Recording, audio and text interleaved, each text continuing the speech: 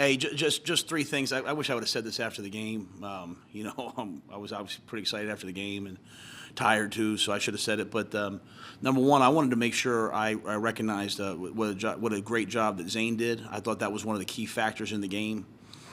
For us to get points right before the half, for him to kick the 57-yard field goal, a career long. I know it's a dome, but the doors were open, the wind was blowing, there was a 12-mile-an-hour wind. So I thought Zane was exceptional yesterday in kicking the ball off through the end zone. So credit to him and Chase Blackburn and all those guys. That's just gotten better and better and better every week.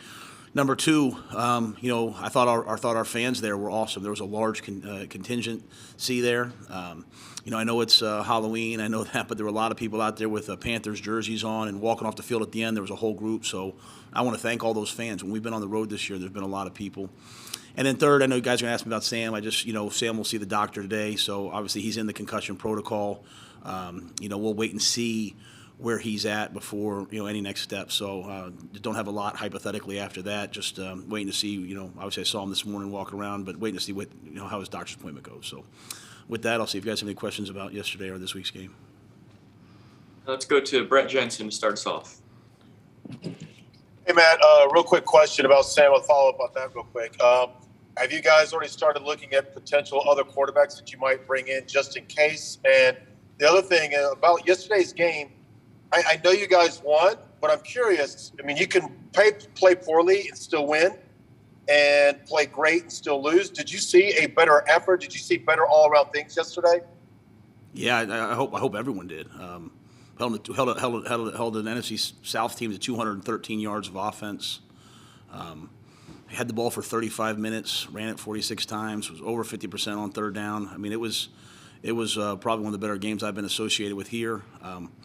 I think everyone. We're going to have to come to terms with that. We're a defensive football team, and when we play good defense, when we win the takeaway battle, we're going to win games. Part of that on offense is running the football. I'd like to score Brett some more touchdowns in the red zone. And we had a chance to do that. DJ had a chance for the one. I challenged it, didn't win that challenge, so obviously would like to score some more points, but. To have a 2-score lead with 30 seconds left, in the National Football League is hard. And so I was proud of our guys. I thought they played well as a team together, and that was something I liked. In terms of the first part of your question, obviously Scott's always doing a good job, and his people always doing a good job of looking, for all contingencies. But for us, I think we just go through the process of seeing where Sam's at first, and then go from there. That's always the best way to approach it. All right, let's go to Ellis Williams. Coach, if Sam Darnold's unable to play Sunday, would P.J. Walker be the starter? Again, I'm not going to get into too many hypotheticals. I mean, right now, if he was not unable to play, P.J. would be the next guy up. But again, I'm hopeful, obviously, that Sam will play, and we'll see how that plays out, today and throughout the course of the week. All right, go to Joe Person next.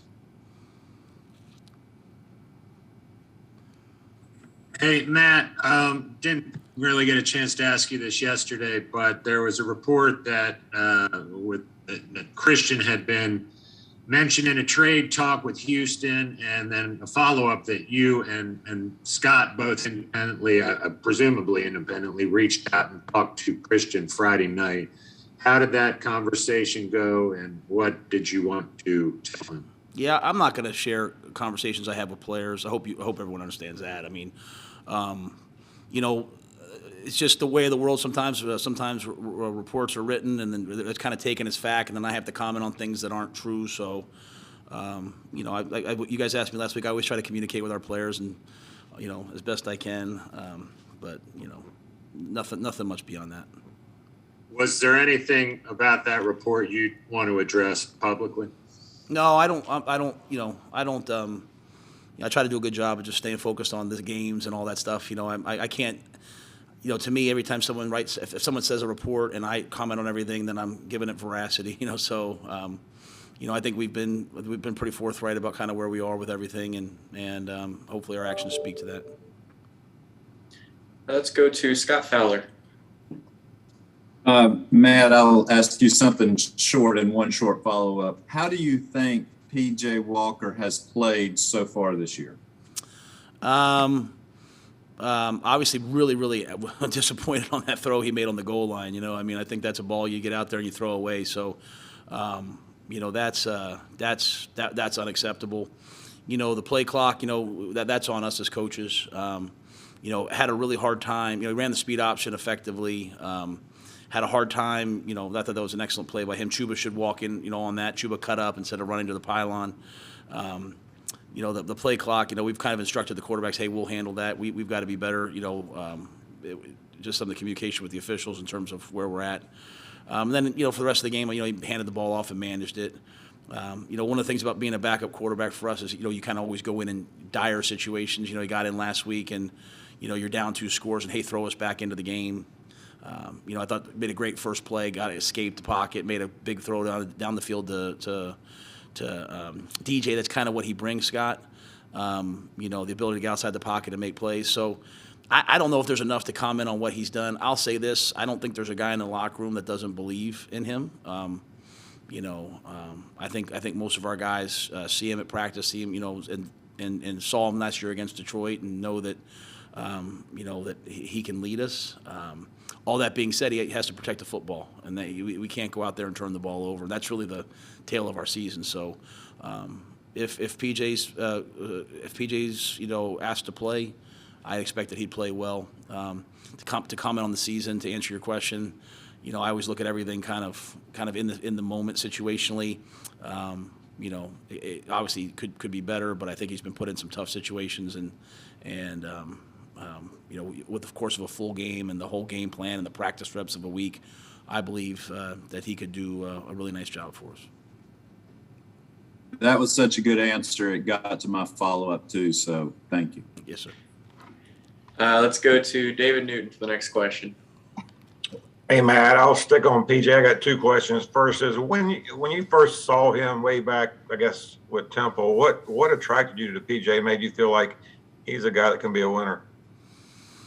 I got the Temple job, and he was committed, and I went to look at him, and, he'd been the starting quarterback at Elizabeth High School since he was like a freshman. Took him to the state championship game as a junior, and they lost, and then as a senior, drove the ball 99 yards and threw the game-winning touchdown. His time expired. I never forget, I went to a recruiting trip, and we went to dinner with him and another teammate of his that committed to us, Shaq Thompson, who was a great player for us, and then another kid, Jihad Pretlow. And I remember sitting there, and Jihad and PJ the whole time, all they talked about was the year before and the one that they didn't win and how much that ate at them. And to me, that's a sign of a winner, right? Like, yeah, this one's great, but the ones that you don't get drive you nuts. And so, obviously PJ came to us and played for us at Temple. Was an excellent player for us, and he's here with us now. So, as I said, I think every guy in this locker room believes in PJ. And second, I guess you saw what's going on with the Titans and Derrick Henry with his injury. He's a guy that carries a big load, just like Christian McCaffrey carries a big load when he plays for you guys. After seeing what you guys did, I think I kind of asked a little bit yesterday, seeing what you guys did with 3 backs and Sam Darnold running the ball, does that make you rethink that spreading the load out's maybe better to take some stress off the body of a guy like Christian and even guys like Derrick Henry? Yeah, I think when you say rethink, I think, obviously I've only coached Christian a couple games. This year was the first 3 games and really the first 2 games, and Chuba hadn't really emerged yet. So I agree with you. I mean, I think just based off, take Christian out of it, I think when you have guys you trust. I thought Royce played a really good game yesterday. It was physical, downhill. Got hit a couple times at 4 yards and ran for 6-7 yards. Amir, I thought, brought a jolt to us. Catching the ball in the backfield on 3rd down, the screens, the runs. So. To me, it's not just about, Christian. It's just about, hey, those guys have really emerged for us. And so, we want them all to play. And so we'll see where Christian's at this week. But I think just in general, him coming back, forget about what's happened. Just, I want to see Chuba Hubbard on the field too, and I want to see Amir on the field too and so forth. So, it's a good problem to have. Thank you. Let's go to Jonathan Alexander. Matt, based on what you may have seen from film, what was it that you kind of took away from what the offensive line did well and how you all could replicate it. And then I have a follow-up after that. Well, I think one of the big things was Trent Scott went in there and played really well at guard. Played with great effort and physicality. Wasn't always perfect. I think the quarterback got hit once or twice. But, I think they did a nice job. We knew coming into that game that, we'd run a lot of wide zone. We needed some double teams. We needed to run some power. Sam did a really nice job, at the line of scrimmage, getting us in the right plays. And I just, the guys ran hard and they played hard. And I think even as we watch the tape, we'll see a lot of plays we left out there that could be better. So, it's not even about replicating it. We're playing a whole new team this week. We ran it, a bunch of times last week. We have to throw it that many times this week. Who knows? Well, the game dictates itself. If a team puts 10 guys in the box, you're probably going to have to throw it, and you have to be able to throw it well. I just thought the guys did a nice job of executing the game plan for that week. We'll see what the game plan is this week. You take out, Jonathan, if you take out two first play of a drive penalties, could have been even better. So you can't have two false starts to start drives. But I was proud of our offensive line. They played hard. They played physical. It was a good step. It's a whole new week this week, though. And I don't mean this as an indictment on them, but of course you all have had struggles early in the season. Would you all, or are you all considering trading for offensive line? Kind of the same answer I've said. Scott looks at everything when people call us. Before the trade deadline. So I'm sure him and Pat and Dan are probably on the phone all day today. They have been for all positions. We'll look at every trade. So we'll see what happens. Let's go to Will Palachik. Matt, in terms of the balance of your time here, you haven't had Christian for the majority of the games you've coached him for. How much better do you feel like this team is adequately prepared for a game plan offensively that does not include him, because you basically have had to deal with that balance of your time here? I think every week we go out there, whoever's available, we try to utilize and play with. And I think the one thing I've tried to hopefully communicate, when I've been asked these questions, is it's not like guys in the locker room are, not like a wide receiver's worried about who's playing at running back or O-line. We all care about each other, want guys to be healthy, but everyone tries to go out and execute their assignment, execute their job. And, we got it done this past week. We hadn't got it done for 4 weeks before that. This week, I think some guys really stepped up and made plays at the running back position, which helped us. Hopefully we get Christian back soon. Hopefully it's this week. If not this week, maybe next week. Obviously he's one of the best players in football, right? He brings something. You saw what it was like having Shaq back out there yesterday, right? I mean, you saw what it was like having Stephon go out there and play. Great players make plays at crucial times. But when they're not out there, other guys make plays. And so I thought Amir and Chuba made plays. Hopefully Christian's out there soon. And you said you'll know more about it on Wednesday in terms of his status for this week? Yeah, he'll practice Wednesday, I'm hoping. And if he practices on Wednesday and does well, we'll see how he is Thursday and just kind of, ramp him up towards the game. He hasn't practiced yet, so, there's always a return to play component to it, but no one works harder than Christian McCaffrey. I mean, he'll be in, when he comes back, he'll be in shape and he'll be ready to go. So hopefully we have him. We'll know more as the week goes on. Let's go to Darren Gant. Matt, going back to the offensive line, how much of the improvement yesterday was based on those five guys playing better versus running the ball as much as you did, putting them in better position? Well, it's a good question. I think they played really well. I want to put it there first, right? They did a lot of really good things. And when you have a 6-yard run on first down, it's easy to run the ball on second down, right? It's when you have a 9-yard run, a 1-yard run on first down, you have to pick your spots on second down. But they did a nice job of good first down runs. Really the 3 and outs came from penalties, so I want to give the credit to them, and then obviously them playing well, protecting well. allowed us then to, convert some third downs. Again, we were 59%, and at the end of the game, we kind of ran the ball on some third downs to run the clock and take away their timeout, so because it was a 2-score game. So I'd say, they're probably in the 60, 65, 70% range on third down. That's a credit to them, but also to, Sam and all those things. So anybody can say they want to run the football, but you have to have success to run the football over 35 times, right? And for us to run it, whatever it was, 46, that's a lot. So some of that was Sam running the football. It was one of my goals going into the game was Sam running the football some, and I thought he did an excellent job. So, but I think the credit, Darren, goes to the offensive line, the tight ends as well. We had 2 penalties at the tight end position. That really hurt us. We had a 2nd and 1 hold that, was really, really, really a tough play for us. Would have had the ball down in the red zone. So a lot of good things, still things we have to improve. But for that game, I thought those guys played really well.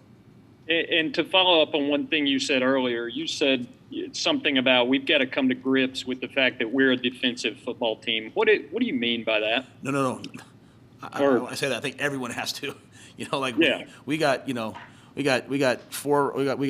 when we line up to rush the passer, we've got three sometimes three first rounders rushing the passer. You know what I'm saying? We got a first rounder and a second rounder at corner. We have an all pro at corner. I mean, we got a lot of draft picks. We have a first rounder at linebacker. We have a lot of first rounders on defense and second rounders on defense, right? So, and that's I'm saying that to say those guys, they've been our strength. The offense has had some good games, some bad games. They've come along. This game, we said, hey, let's go try to play great defense and let's run the football. It's what we should have done the last couple of games. It's what we said we were going to do. It just didn't quite get executed. It got executed this game. So I think some of us, when we're out there, just in general, when it's a 13-10 game, don't find when it's a defensive struggle, think it's an ugly game. But anytime you can win in Atlanta, I mean it's really hard to do, and that's why I thanked our fans being there because you go on the road, it's always great to have your fans there. It gives you support. I mean, playing in front of fans, I can't tell you how much that impacts players, and so. But I just say, we're a defensive football team. It doesn't mean we don't want to play great offense, but we don't want to throw the ball 50 times and air it out and try to win 40. We have a defense that we can play to as long as they're playing well. All right, we'll go to Will Kunkel, followed by Steve Reed. Hey, Matt, I kind of asked this a little bit tongue-in-cheek, but was there a conversation afterwards with Joe after he ran the ball 46 times, just because we know he likes to throw the ball kind of naturally, that he was successful in running the ball and it worked and may have been painful for him, sarcastically? No, I don't think it was painful for him. I think, Joe Brady wants to win so badly. I think he's been trying to, we've been trying to find the right formula for us, and so it's one thing to say we want to run it. It's easy for me as a head coach. You got to find the ways to run it, and so. What I liked yesterday is we ran power, we ran counter, we ran duo, we ran wide zones, we ran shotgun runs. I mean, there was a lot of versatility to it. And then, we had Shi Smith, blocking on a crack toss, blocking the defensive end. I mean, a lot of guys stepped up. So, Joe obviously is a passing game guy, knows the passing game, but he knows the run game too, and he wants to run it. I think that's. When you have coordinators who can adapt to the situation and to the game and to the players, that's the mark of a great coordinator. So I think what Joe did yesterday was awesome. I was proud of him. I told him I thought it was elite. I thought it was elite by Pat Meyer. It was our 6th offensive line combination in 8 games. And went out there. Trent Scott's, I don't think ever started a game at guard in the NFL. And they're facing one of the best defensive tackles in football, if not the best, in Grady Jarrett. And, we found a way to run it at those guys. And so that's – I thought that was a nice coaching job and player job, but I was proud of Joe. I really was. And then real quick, I asked Stephon after the game, does this week mean a little bit extra? And he said it means a lot extra. So how much do you kind of keep an eye on that? Sam never let on to the Jets game, but just being a human being going against his former team. I'll be honest with you. Stephon is such a pro. I mean, you see the way he practices and the things he does. I'm not going to worry about him. I always my way of always looking at things is but I'm not playing. So as a coach, I'm always trying to if one game means more to me than what the other games probably didn't mean enough. That being said, I'm not worried about Stephon Gilmore. I mean, he's a pro's pro. for the rest of our guys, I'm going to just keep preaching process and one day at a time, 1 week at a time, one game at a time, one play at a time. We did that this week. We enjoyed the battle this week, and we were a good team. So hopefully our guys understand that this is how we're going to win or have a chance to win each week is to just be really focused on the details. Matt, I was also going to ask you about Stephon. I think he played 32% of the plays. I know it's his first game working back in there. Do you see him having an expanded role this week, and do you feel like he will start this week? I don't know. I don't even know yet how he kind of came out of the game, physically. Usually the doctors are meeting with the guys now, and then we start meetings at 12:45, and I get a feel afterwards. So I hope he's ready. I hope we can use. I'd love to use him as much as possible. At the same time, we'll use him as much as he can go. And so I thought they did it. We only played 50 plays last week on defense, so that was a shortened game.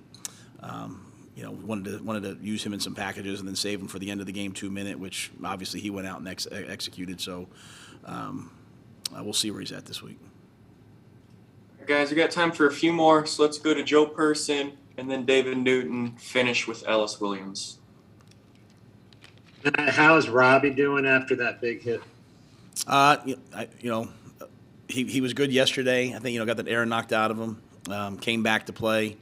Obviously made the great play on the hands team. So it seemed like he was okay. And then do you and Scott talk about buying versus selling at the trade deadline, or are you sort of open to whatever improves your team, short term, long term? How do you kind of go about that? Yeah, I think every team's sort of looking to see what their options are for their team, what's best for them, right? So if there's a player that can help us, great. If there's value you can get for somebody, I think we like our football team. We're not not where we want to be. We like our guys, and we don't have anything like, hey, we need to get rid of this guy. We got a bunch of really good guys, and so we're just trying to grow together. So I think we'll take everything just as it comes. Hey, Matt, you've been asked a lot this season about not taking Justin Fields, but not much about Mac Jones, and you guys had him at the Senior Bowl. Can you just comment on why you guys didn't look, or how seriously you guys looked at him, and how you feel like he's playing right now? Well, I love Mac Jones. I enjoyed every second of having him at the Senior Bowl, and there was not a lot of doubt that he was going to be an excellent player. There was not a lot of doubt that he's going to be a long-time, NFL player and starter. And obviously, I've only taken a cursory look at them right now, but they're 4-4. They have an explosive offense, they're explosive in the run game and in the passing game. I think Mac's a winner. He's tough. He's smart. We made the decisions we made. We believe that J.C. Horn's going to be one of those guys that is a dominant player for a long time. I wish he was playing right now. He wishes he was playing right now, but we're gonna have him here in Carolina hopefully for a long time, and I think he'll be an excellent player. So we went with a defensive player, but that's no slight on anyone else. There's no doubt when we had him that Mac is going to be a long-term excellent NFL quarterback. And a quick follow, there's one quarterback that's out there right now saying Sam's out for a while. Is Cam Newton even on your radar? I talked, I'm obviously not going to get into hypotheticals. I'm going to see what happens with Sam today. I'm just going to take that process, one thing at a time, and worry about him first, and then work out afterwards. Matt, what was it like having Shaq back in the lineup yesterday, and what improvements does he provide to your defense in Atlanta yesterday? It was awesome to have Shaq back. It was awesome. Besides being a great player, an impact player, obviously you saw the interception. A couple times guys got out of their gaps and he ran it down from the backside. He also does such a good job out there of running the show and keeping everyone into it. And,